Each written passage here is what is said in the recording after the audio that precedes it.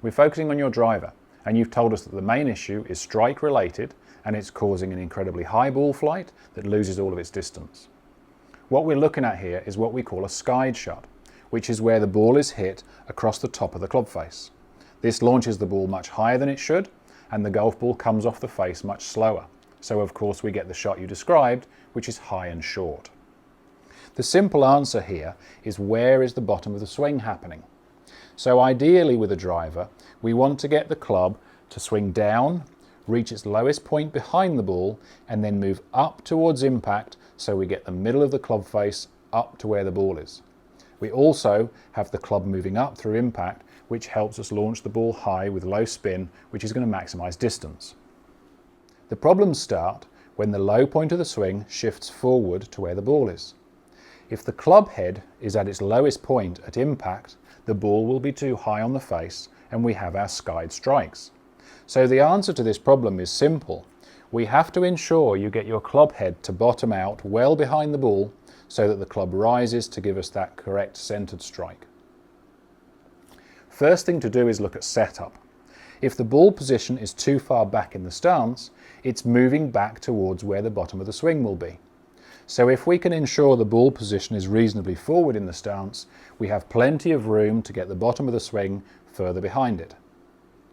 Now the second thing in the setup would be, how wide is your stance? And there are two reasons for this. The narrower the stance, the more we bring you closer to the ball.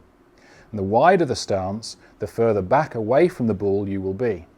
So if that's our goal, we would prefer you to have a wide stance to set you up well behind the ball.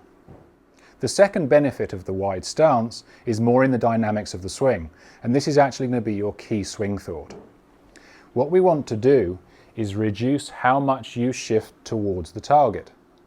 The more you can stay behind the ball, the easier it will be to bottom out early and swing up into impact. And the wider the stance, the harder it is to shift forward. So as your key swing thought, slightly exaggerated at first, we're going to make sure you feel that during the backswing, you're shifting onto your back foot, and then during the downswing and the release into impact, you actually stay on that back foot. And only after you've hit the ball do you allow yourself to move through into the full finish.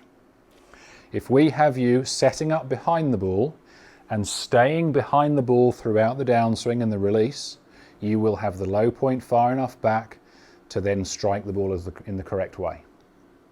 So let's give this a try with the golf ball here. We go through a simple routine, get the golf ball forward in the stance, make sure the stance is relatively wide, rehearse the backswing, feeling that you're on your back foot, rehearse the downswing, feeling that you stay there, and then from there you will finish the swing. So the key feeling here is that we're staying on our back foot and we're getting the club to bottom out behind the ball so it rises into impact. And that should give us the ideal strike.